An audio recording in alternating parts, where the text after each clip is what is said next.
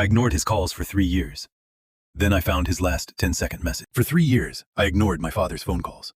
He was old school, and every time he called, I'd look at my screen, sigh, and press decline. I was too busy building my career, too busy for his repetitive stories about the garden or the weather. My sister Sarah would always tell me, "Just talk to him, Mark. He won't be here forever." I'd just roll my eyes and say, "I'll call him when I'm not so stressed." Last Tuesday, the calls finally stopped. I didn't notice at first. It wasn't until Sarah called me, sobbing, that the world went cold. Dad had passed away peacefully in his sleep, holding his old flip phone. At the funeral, I sat in the front row, feeling like a stranger. People talked about how much he loved his kids, but all I could feel was the weight of those declined calls in my pocket. When we went to his house to pack his things, I found his phone on the nightstand. My heart stopped when I saw my name on the screen, the last thing he had looked at.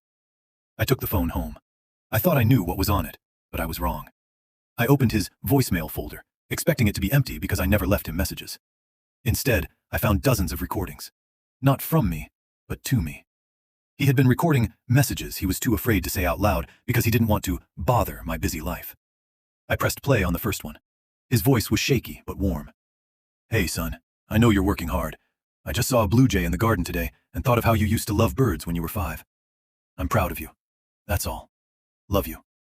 I spent the night listening to every single one. There were messages from my birthday, messages from when I got promoted, and even a message from the night before he died. The last one was only 10 seconds long. It said, "Mark, I know you're busy, so I'll be brief. I'm not feeling great tonight, but don't worry. I just wanted to hear your voice one last time.